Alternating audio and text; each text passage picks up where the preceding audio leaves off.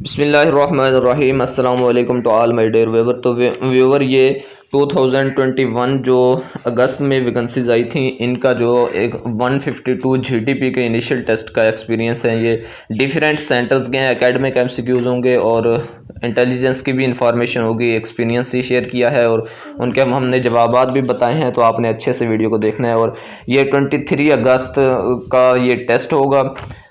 Test centre भी आपके mention होंगे, वहाँ पे आपने अच्छे से देख लेनी है। पार्ट 1 है, पार्ट 2 भी हम इंशाल्लाह सेंड करेंगे। तो चलें जी, स्टार्ट करते हैं आज के एक्सपीरियंस 23 अगस्त के। तो पेशावर सेंटर का ये जो है वो ये हमारे पास एक्सपीरियंस है। इसमें है कि intelligence test mostly based on patterns, pattern type होते हैं।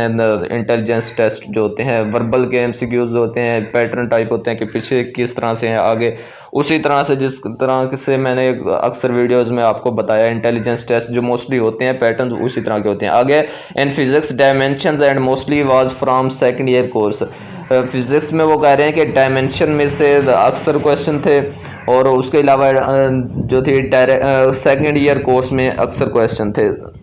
आपने ये याद रखना है कि जो भी फोर्सेस हैं उनमें सेकेंड ईयर की जो फिजिक्स है उसमें से ज़्यादा एमसीक्यूज आते हैं। तो सेकेंड ईयर की जो फिजिक्स है उसको आप अच्छे से करें ताकि आपके और फोर्सेस में भी आपके काम आ जाए। तो आगे जी, English was little bit hard, only one question from direct interact and mostly from preposition. अक्सर जो है वो प्रीपोजिशन थी, जैसा कि हमने आपको अक्सर वीडियोस में बताया हुआ है और टेस्ट पैटर्न वाली वीडियोस में भी बताया था, सिलेबस वाली में, कि जो प्रीपोजिशन है इंग्लिश में वो सबसे ज़्यादा पूछी जाती है। तो इस हिसाब से ये भी कह रही हैं कि जो प्रीपोजिशन थी मोस्टली जो थी वो प्रीपोजिशन थी। और दूसरा डायरेक्ट इंटरेक्ट और पैसिव वॉइस, इनमें से एक क्वेश्चन आता है या डायरेक्ट इनडायरेक्ट आ जाता है या एक्टिव पैसिव का आ जाता है। तो ये आपने ध्यान रखना है। तो इन पे इतनी फोकस करने की ज़रूरत नहीं है क्योंकि एक क्वेश्चन की खातिर हम दूसरे क्वेश्चन को नहीं छोड़ सकते, इस पे हम टाइम नहीं लगा सकते। तो आगे है जी कराची, ये था पेशावर सेंटर का। आगे है कराची सेंटर का जो एक्सपीरियंस है। इसमें है कि इंटेलिजेंस में पैटर्न वाले बहुत ज़्यादा थे, वही पैटर्न वाले जो क्वेश्चन होते हैं वो बहुत ज़्यादा थे। आगे कह रहे हैं कि फिज़िक्स में जो है रेजोनेंस और डिग्री क्वेश्चन ज़्यादा थे। रेजोनेंस वाला चैप्टर आपने अच्छे से करना है रेजोनेंस का, और डिग्री वाले क्वेश्चन ज़्यादा से ज़्यादा थे। तो ये दो टॉपिक आपने अच्छे से कर लेने हैं और टॉपिक हमने बताए भी हैं। तो अगर आपने वो वीडियो नहीं देखी, टॉपिक वो नहीं किए, चैप्टर नहीं किए, तो आपको उसका लिंक जो है वो नीचे डिस्क्रिप्शन में मिल जाएगा। आप नीचे जाएँ, डिस्क्रिप्शन में चेक करें और वो आप जो है वो टॉपिक कर लें। इंशाल्लाह आपका टेस्ट क्लियर हो जाएगा इजीली। आगे है जी, इंग्लिश टेंसेस से भरा हुआ था। मतलब टेंसेस मैंने आपको बताया हुआ था कि टेंस आपको आने चाहिए इंग्लिश का टेस्ट पास करने के लिए। टेंस आपको आने चाहिए क्योंकि ये बेसिक होती है इंग्लिश की। और नो सिनोनिम नहीं थे, प्रीपोजिशन थे। प्रीपोजिशन जैसा कि मैंने आपको बताया कि सबसे ज़्यादा आते ही प्रीपोजिशन है, तो हर टेस्ट में आते हैं और सबसे ज़्यादा आते हैं, तो प्रीपोजिशन भी इसमें थे। तो ये कराची सेंटर का जो है एक्सपीरियंस था। आगे है डेरा इस्माइल खान, DI खान का सेंटर का एक्सपीरियंस। इसमें है इंटेलिजेंस के बारे में बता रहे हैं कि वाज वेरी इजी, बहुत ही आसान था। 40 वर्बल थे, 60 नॉन वर्बल थे। तो इसमें से एक क्वेश्चन उन्होंने बताया भी है कि if 5 men build house in 20 days then in how many days 7 men build in house this house. 5 बंदे जो है वो 20 दिन में काम ख़त्म करते हैं और 7 बंदे जो है कितने दिन में ख़त्म करेंगे। तो 5 बंदे मतलब एक बंदा 4 दिन लगाता है, मतलब उसी तरह से हिसाब लगा लें अगर। तो 5 और 7 अगर आदमी हो जाएंगे तो 2 बार हम 4 को काट के बाकी जो है वो 12 दिन हमारे पास बच जाएंगे। 7 दिनों में 7 आदमी 12 दिनों में कम्मल कर लेंगे। तो ये होगा। एज वाले थे, एक एज वाला क्वेश्चन था। मतलब एज वाले होते हैं कि अगर मेरी उम्र जो है वो 7 साल हो, तो अगर मेरे भाई की उम्र जो है वो उस वक्त जो है वो 5 साल हो, तो जब मेरी उम्र जो है वो 12 साल हो जाएगी तो मेरे भाई की उम्र कितनी होगी। तो इस तरह की एज वाले क्वेश्चन होते हैं। कोई रफ वर्क की ज़रूरत नहीं पड़ी। वो कह रहे हैं कोई रफ वर्क की ज़रूरत नहीं पड़ती क्योंकि आम से क्वेश्चन होते हैं, माइंड में ही सॉल्व हो जाते हैं। तो नेक्स्ट है जी, यही डेरा इस्माइल खान की फ़िज़िक्स का एक्सपीरियंस। इसमें यह है कि 75 MCQ से 40 मिनट में, जैसा कि हमने पैटर्न वाली वीडियो में बताया था। बहुत इजी थे, तकरीबन रेजोनेंस पे से थे। रेजोनेंस वाला टॉपिक आपने अच्छे से करना है। और दूसरा ट्रांजिस्टर वाला भी मैंने आपसे डिस्कस किया था कि ये टॉपिक भी अच्छे से करना है। वेलोसिटी की डायमेंशन बतानी थी, ये आपने देख लेनी है। आगे है जी question work, energy and power, इसमें किसकी डायमेंशन सेम होती है? तो ये आपने देख लेनी है कि किसकी डायमेंशन आपस में सेम होती है, वर्क एनर्जी की होती है या एनर्जी पावर की या वर्क पावर की। इनमें से आपस में दो की किसकी डायमेंशन सेम होती है। आगे है जी इनर्शिया डिपेंड्स अपॉन, इनर्शिया किस पे डिपेंड करता है? तो हमारे पास इसका जो आंसर आएगा वो होगा मास पे डिपेंड करता है इनर्शिया एवरी टाइम।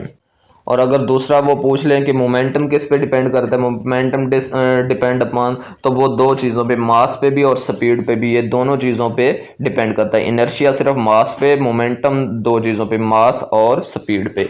नेक्स्ट है जी work done in gravitational field, gravitational field में वर्क क्या होता है? तो इसका जो आंसर आएगा वो होगा ज़ीरो।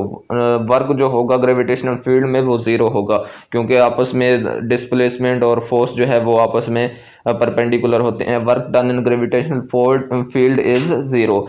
आगे है जी 1 horse power 1 HP is equal to, कितने वाट के बराबर होता है 1 HP? तो हमारे पास इसका जो आंसर आएगा वो होगा 746 वाट्स, 746 वाट्स के बराबर होता है 1 HP। तो ये अक्सर क्वेश्चन पूछा जाता है, अक्सर फोर्सेस में अक्सर मरतबा ये रिपीट हुआ है, तो आपने ये याद रखना है 746 वाट्स। नेक्स्ट है जी वेव्स से बहुत सारे क्वेश्चन थे, उस चैप्टर को अच्छे से देख लें। वेव्स वाला मैंने आपसे डिस्कस किया था चैप्टर वाली वीडियो में और टॉपिक वाली वीडियो में कि वेव्स वाला चैप्टर आपने अच्छे से करना है। एक रजिस्टर का क्वेश्चन था, ये भी मैंने आपसे कहा था, रजिस्टर का भी आपने करना है। नेक्स्ट है जी mathematical form of thermodynamic law, thermodynamic के जो लॉज हैं उनकी मैथमेटिकल फॉर्म आपने याद रखनी है। उसमें से पहले लॉ की जो है मुझे आती है वो delta U is equal to Q minus W होता है, उसका जो मैथमेटिकल फॉर्म होता है thermodynamic, first law of thermodynamic का जो मैथमेटिकल फॉर्म होती है delta U is equal to Q minus W, ये होती है। तो आपने आखिरी दो की देख लेनी है, दूसरे और तीसरे लॉ की। नेक्स्ट है जी प्रोजेक्टाइल से क्वेश्चन था, ये तो आना ही आना होता है, प्रोजेक्टाइल से एक आध क्वेश्चन ज़रूर आना होता है।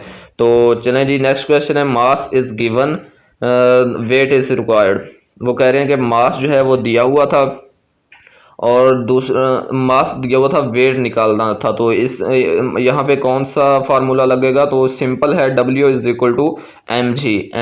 तो मास जो है वो दिया हुआ था, जी की कीमत हम लगा देंगे इसमें, तो वेट जो है वो हम निकाल लेंगे। तो W is equal to mg हमारे पास आ जाएगा। तो मास दिया हुआ होगा, जी को मल्टीप्लाई कर देंगे तो हमारे पास वेट का आंसर आ जाएगा। तो इस तरह से देखें, इसको सॉल्व करने की ज़रूरत ही नहीं है, अपने माइंड में ही हो जाएगा। तो इस तरह से ये निकालना था कि वेट निकालना था। नेक्स्ट है जी सर्कल में कितने रेडियन होते हैं? सर्कल में कितने रेडियन होते हैं? तो सर्कल में 2 रेडियन होते हैं। सर्कल होता है 360 डिग्रीज का और सर्कल में जो रेडियन होते हैं वो 2 होते हैं। एक रेडियन सर्कल में जो है वो 180 डिग्री का होता है। तो ये आपने याद रखना है, 2 जो है रेडियन होते हैं 360 डिग्री के। तो ये आपने याद रखना है, ये सर्कल की बात हो रही है कि सिर्फ सर्कल में जो है वो जो 2 रेडियन होते हैं। आगे है जी 1 रेडियन किसके बराबर होता है? तो 1 रेडियन जो है वो 57.298 डिग्रीज के बराबर होता है। तो ये आपने याद रखना है कि 1 radian is equal to 57.298 degrees. तो ये भी अक्सर पूछा जाता है, तो ये भी आपने याद रखना है। नेक्स्ट है जी English was very difficult. English जो है वो कह रहे हैं बहुत डिफ़िकल्ट थी, उसमें 100 MCQ से 40 मिनट में सॉल्व करना था। ये देखें यहाँ पे भी कह रहे हैं कि only 1 MCQs of active and passive. Active passive का एक क्वेश्चन था, या डायरेक्ट आती है या एक्टिव पैसिव आती है, तो ये आपने याद रखना है। तो ये आप इनको छोड़ भी सकते हैं, तुक्का लगा के आगे चले जाएँ बस। नेक्स्ट है जी बाकी सारे सेंटेंस कंप्लीशन वाले क्वेश्चन थे, बहुत लेंथी सेंटेंस थे, सब में 2-2 ब्लैंक्स थी। सेंटेंस कंप्लीशन मतलब उसमें जो है आपके जो होते हैं वो टेंसेस जो होते हैं उस उनके हिसाब से जो है सेंटेंस कंप्लीट करना होगा। तो लेंथी क्वेश्चन थे, वो कह रहे हैं कि हर क्वेश्चन में दो दो ब्लैंक्स थी, खाली जगह थी, तो ये आपने करनी होगी। आगे है जी इम्पॉर्टेंट पॉइंट ये है कि ये आपने याद रखना है और इस पे अमल भी करना है कि स्मार्ट CNIC ज़रूर लेकर जाएं। स्मार्ट CNIC कौन सा होता है? जो सिम वाला होता है वो नहीं, जो दूसरा होता है ना वो आपने लेकर जाना है, जो पैसों से बनता है। मतलब सिम वाला तो फ्री में बन जाता है, और दूसरा जो होता है पैसों से 1000-1500 जिस पर लगता है वो आपने बनवा कर जाना है। मेरे बड़े भाई ने भी जो है वो एक मरतबा टेस्ट दिया था एयरफोर्स में, तो उन्होंने यही कहा था कि अपना जो है ना वो लेकर आए बेफाम नहीं CNIC जो है ना वो दूसरा लेकर आए, स्मार्ट CNIC लेकर आए आप। तो आपने स्मार्ट CNIC अगर नहीं बनवाया तो आप बना लें, उसका टोकन ले जाएंगे, नहीं तो स्मार्ट CNIC अगर टाइम है तो ये बनवा कर जाएं, तो इसके बगैर जो है एंट्री नहीं होगी। तो आपको अगर चले भी जाएंगे तो आपको टाइम दिया जाएगा, और उसमें जो है वो आपको कहेंगे कि टोकन ले आएं, उस पर जो है वो आपका टेस्ट होगा। तो आप जो है वो अभी से जो है स्मार्ट CNIC बनवाएं और टोकन लेकर आप चले जाएं। अगर टाइम है तो बनवा लें पूरा, अगर नहीं टाइम तो टोकन ले जाएं। तो ये आपने काम ज़रूर करना है स्मार्ट CNIC वाला। तो ये थी आज की वीडियो, एक्सपीरियंस कुछ थे तो 152 GDP के। तो उम्मीद करता हूँ कि ये आपके लिए टेस्ट जो है ये एक्सपीरियंस हेल्पफुल साबित होंगे। अगर आपने चैनल सब्सक्राइब नहीं किया तो सब्सक्राइब करें, बेल आइकन के बटन को प्रेस कर दें, ताकि जो भी हमारी वीडियो है, टेस्ट की वीडियो है या इन्फॉर्मेटिव वीडियो है, उसको नोटिफिकेशन आपको मिल जाए। तो मिलते हैं इंशाल्लाह नेक्स्ट वीडियो में, तब तक के लिए अल्लाह हाफिज़।